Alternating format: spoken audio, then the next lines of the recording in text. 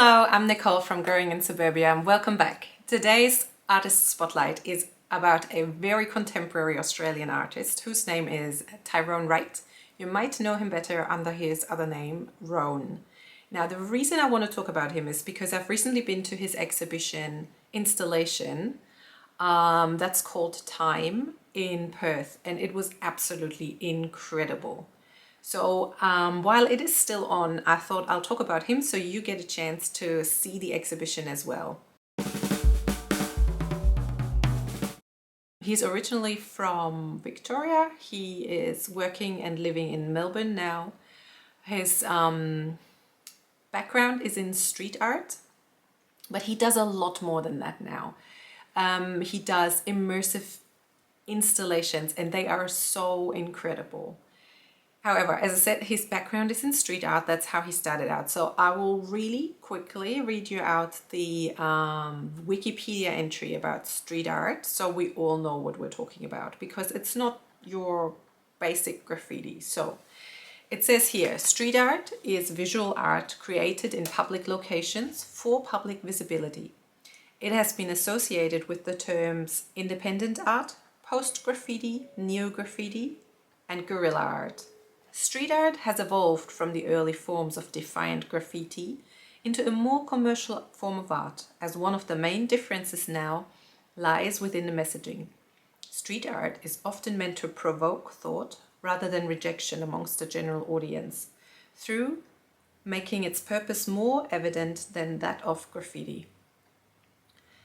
The issue of permission has also come at the heart of street art, as graffiti is usually done illegally, whereas street art can nowadays be the product of an agreement or even sometimes a commission. However, it remains different from traditional art exposed in public spaces by its explicit use of set space in the conception phase. Back to Rone. So he started in 2004 with stencil art and paste ups.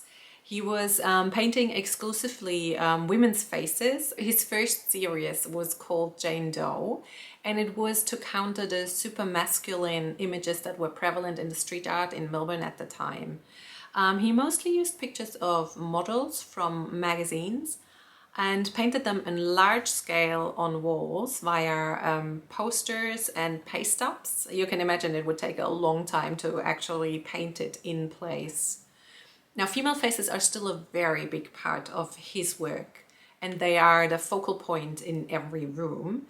However, he has now transitioned to doing mostly installations, and they are incredible.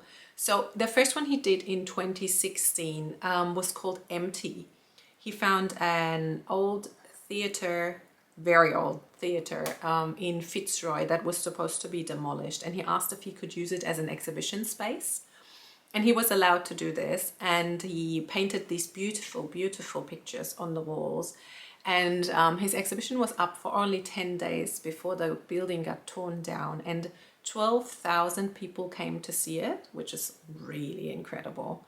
Now, following the success of this, he was asked to transform the Alphington paper mill building, or part of that, later that year, which is also in Victoria. And he also transformed an old weatherboard cottage. I believe that one was called Omega. And that was the first time where he didn't only paint his faces on the walls, but he transformed the whole building into an immersive experience. He created an interior landscape that told a story. He put objects in there to tell the story of the people who once lived there, if imaginary or not, but it is really stunning. He did a few more projects like this before he was asked to transform the main wing of the Geelong Art Gallery into one of his installations. Now, seeing that he grew up in Geelong, this was a huge thing for him. And it was also the first time he had to think about preserving the building, because it wasn't going to be demolished, which meant he had to come up with a lot of new techniques and ways to make sure the building doesn't get damaged by the things he does to it, which is hugely fascinating. I will link an interview that I found with him down below in the description, where he explains his process a little bit more, the actual physical process of transforming those spaces, because I think it is incredibly interesting. There's a lot of set dressing going on and stuff like that, which is just super cool. Let's talk about the time exhibition in particular a little bit more. So what he does is he finds his abandoned buildings, or he's asked to transform other things, and shows us what it would be like if it was abandoned, if people had just walked out and never came back. A beautiful quote that I found was that says, "In truth, these places are anything but empty. They are crumbling, reminiscent worlds of past, of houses once crammed with life, jammed with broken furniture, blackened beds, fireplaces filled with ash." And he said this was the place where something existed. I am trying to put the human element back into it.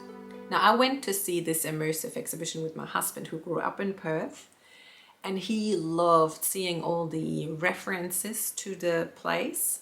So all these little nods to the past. There would be magazines he'd recognized from his parents' house when he was little. There was letters with local addresses on them. And it was incredible. The attention to detail just absolutely amazed me. It is so, so beautiful.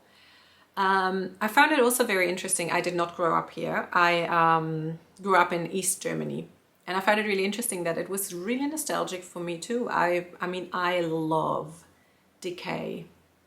In that sense, it's really, for me, this is really something that I really love a lot. I grew up with a lot of this kind of things that were just abandoned and left, and a lot of decay and a lot of rebuilding and repurposing of those places. So it kind of hit that kind of nostalgic thing for me as well. So it is definitely, even if you didn't grow up here, it's not an Australian exhibition as such. It's just a beautiful thing about time passing.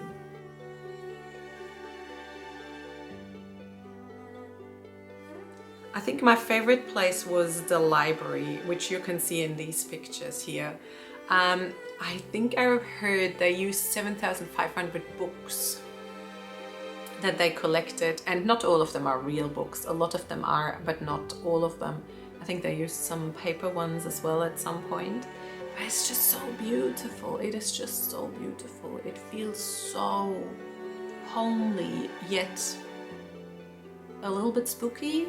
Maybe spooky is the wrong word.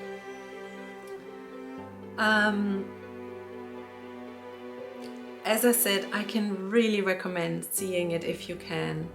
I will leave you with a quote from an interview with the artist. Now, this is a small passage from the New York Times Style magazine. It says here, "Wright is more confident verbalizing his enduring source of inspiration, which he sums up in just 3 words: beauty and decay. From the texture of an old wall to a broken vase or a delicate cobweb clinging to the corner of a shelf, Wright draws artistic fuel from the exquisitely broken. Something in a fragile state always seems more beautiful because you realize that they might not be there tomorrow," he says. "It causes you to appreciate it now." Now, Tyrone is still on, as of recording, at the Art Gallery of Western Australia until the end of September, which is a whole month. I have linked a longer video, an interview with the artist down below. I thought it was super interesting. So if you have the time, go watch it if you would like to go a little bit deeper. And then, as always, thank you so much for watching. Like the video if you enjoyed it. Maybe consider subscribing, and I hope I see you next time. Thank you. Goodbye.